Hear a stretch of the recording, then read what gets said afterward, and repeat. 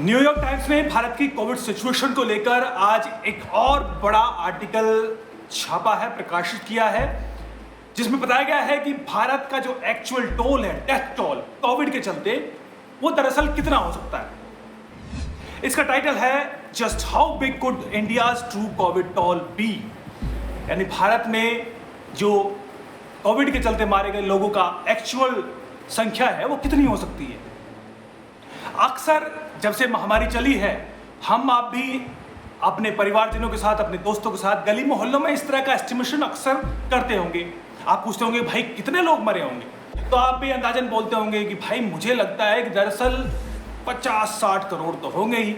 यानी ऐसा लगता है कि पता नहीं ये एक्चुअल टोल है या आपके दिमाग की इच्छा है। कई बार जो आप सोचते हैं आप वही सच होने देना चाहते हैं। कुछ इसी तरह का आर्टिकल कयास वाला, जिसको डाटा की तरह पेश करने की कोशिश न्यूयॉर्क टाइम्स ने की है, उन्होंने ये आर्टिकल छापा है जिसमें उन्होंने कुछ टोल दिया है। पहले टाइटल में क्वेश्चन मार्क रखा है, यानी कि पहले से ही कोई कहे कि भाई आपके पास एस्टिमेशन आया तो आया कहां से, तो पहले ही क्वेश्चन मार्क रख दिया कि दरअसल ये हमारा ये डाटा आया कहां से, तो आप पहले से ही कहते हैं कि भाई दरअसल ये एस्टिमेशन है। 4 एस्टिमेशन उन्होंने रखे हैं। ऑफिशियल काउंट उन्होंने बताया कि भाई करीब 27 मिलियन जो कोविड पॉजिटिव की संख्या है, जिसमें 3,07,000 से ज्यादा लोगों की मौत हुई है। ये रिपोर्टेड डेथ है, एक्चुअल जो कि सरकार कहती है। लेकिन एक कंजर्वेटिव सिनेरियो क्या आ सकता है। कंजर्वेटिव सिनेरियो भाई इसमें उनका कहना है कि कम से कम 404 मिलियन, यानी करीब करीब 40 करोड़ से ज्यादा लोग तो कोविड पॉजिटिव हुए ही हुए हैं, जिसमें डेथ हो सकती है 6 लाख के पास। मोर लाइकली सिनेरियो, यानी ज्यादा संभावना इसकी है 539, करीब 54 करोड़ लोग इंडियंस जो है वो कोविड पॉजिटिव हुए हैं, जिसमें जो डेथ टोल है वो 1.6 मिलियन हो सकता है, यानी करीब 16 लाख डेथ हो सकती है। लेकिन वर्स्ट सिनेरियो क्या है, अब इसके तहत करीब 700 मिलियन से ज्यादा पॉजिटिव और 4.2 मिलियन डेथ। ये 4 एस्टिमेशन है। अब ये एस्टिमेशन, इनका आधार क्या है, इनकी फाइंडिंग्स क्या है, रिसर्च क्या है, ये सब गायब। हाँ, कुछ बयान जरूर है, जब मसलन वो कह रहे हैं कि भारत अंडर रिपोर्ट कर रहा है। हाँ, ये सच हो सकता है, अंडर रिपोर्ट कर रहा है, लेकिन अगर अंडर रिपोर्ट कर रहा है तो एक्चुअल अगर आपको फाइंडिंग्स जाननी है तो उसका भी कोई मैकेनिज्म होना चाहिए ना, वो नहीं है। हाँ, कुछ एक्सपर्ट्स के जो कि यूएस में ही बैठे हैं, मसलन कयोको शिदा एपिडेमियोलॉजिस्ट हैं एमोरी यूनिवर्सिटी के यूएस में ही, उन्होंने कहा है कि दरअसल अंडर रिपोर्ट कर रहा है इंडिया, इसलिए ये तो नहीं है जो सरकार छाप रही है, इससे ज्यादा होगा। लिहाजा उन्होंने कुछ एस्टिमेशन दिया। ऐसे ही इस तरह के बयानात का जिक्र किया गया है, इस तरह की रिपोर्ट्स का जिक्र किया है। भारत में जो हॉस्पिटल्स में संख्या बढ़ रही है, जो जो टेस्टिंग हो रही है वो अंडर टेस्टिंग हो रही है, तो कुल मिलाकर ऐसा लगता है कि दरअसल ये एक्चुअल नंबर नहीं है। लेकिन एक्चुअल नंबर क्या है वो ये छाप देते हैं, और बाकायदा बेशर्मी देखिए, इसका कोई तथ्य, इसका कोई मैकेनिज्म क्या होना रिसर्च का, इन तथ्यों की फाइंडिंग्स का एक तरीका क्या है, कहाँ से ये नंबर्स लिए, यानी लाइकली सिनेरियो, वर्स्ट सिनेरियो, इनका मीनिंग क्या है, और ये किस स्थिति में ये इन नंबर्स को माना जाए। वो एस्टिमेशन कहाँ से आया, क्या बैठ के किसी ने सोच लिया, मसलन कि हम गली मोहल्ले में बातचीत के दौरान या फिर फोन पे बात करते हुए, दोस्त से फोन पे बात करते हुए कहते भाई कम से कम 70-80 करोड़ तो होगा। उसी टाइप का एस्टिमेशन यहाँ पर न्यूयॉर्क टाइम्स में छापा है। बातचीत तक तो ठीक है, लेकिन बाकायदा इसको एक ऐसे आर्टिकल के तौर पर छापना जिसका इस्तेमाल भारत में, आपने बोला था ना, फिर से वही टूल किट में एक जो दिशा निर्देश था वो ये था कि किस तरीके से लाइक माइंडेड इंटरनेशनल मीडिया का इस्तेमाल किया जाए भारत की कोविड सिचुएशन को वर्स बताने के लिए।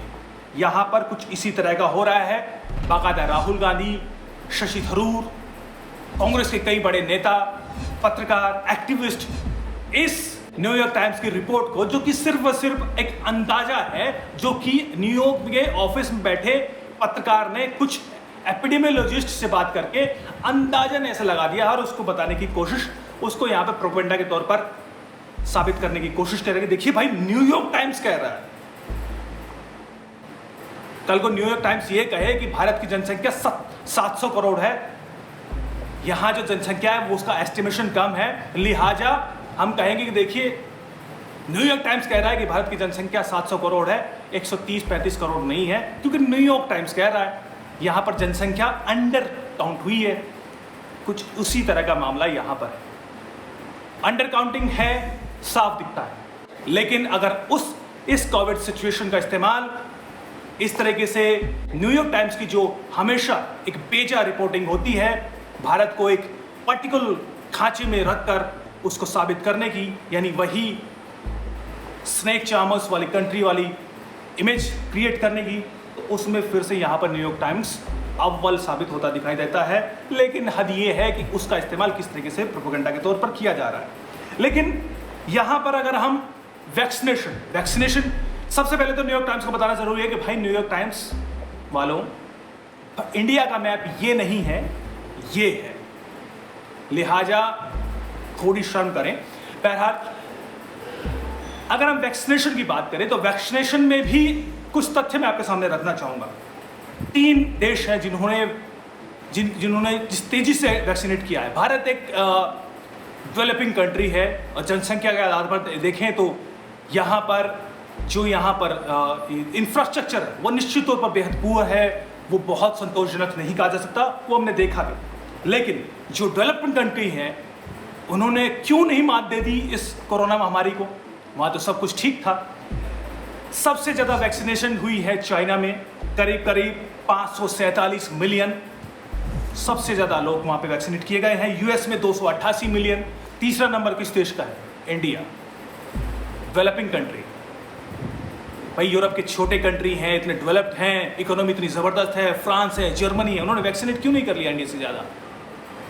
लेकिन इंडिया में 196 मिलियन लोगों को वैक्सीनेट किया जा चुका है, 196 मिलियन, जिसमें सबसे तेजी से 100 मिलियन लोगों को वैक्सीनेट करने का जो आंकड़ा है वो सबसे तेजी से पार किया गया। यानी जो वैक्सीनेशन की स्पीड है उससे आप अंदाजा लगा सकते हैं। और ऐसे देश में जहां पर पुअर इंफ्रास्ट्रक्चर है, जहां पर इतनी ज़बरदस्त जनसंख्या है, जहां पर हर एक देश में इतनी देश के अलग अलग राज्यों में कहीं ना कहीं अलग अलग मसले हैं इंफ्रास्ट्रक्चर को लेकर, राजनीति को लेकर, वहां पर इस तरह का काम किया जाता है। और दूसरा, 18 साल से उम्र के लोगों को वैक्सीनेट देने में सबसे तेजी से भारत का नाम सबसे सामने आता है। यानी जब बाकी देशों में जहां अभी 40+ लोगों को इंजेक्शन वैक्सीनेट किया जा रहा है, वहाँ पर उसमें भारत एक बड़ा मुल्क है जहाँ पर 18+ की उम्र वालों को वैक्सीनेट जल्द से जल्द करने की कोशिश की गई है। ये कुछ आंकड़े हैं जिसको इग्नोर करना दरअसल भारत की इमेज को कहीं ना कहीं ही डेलिब्रेटली ठेस पहुंचाने की कोशिश साफ तौर पर दिखाई देती है।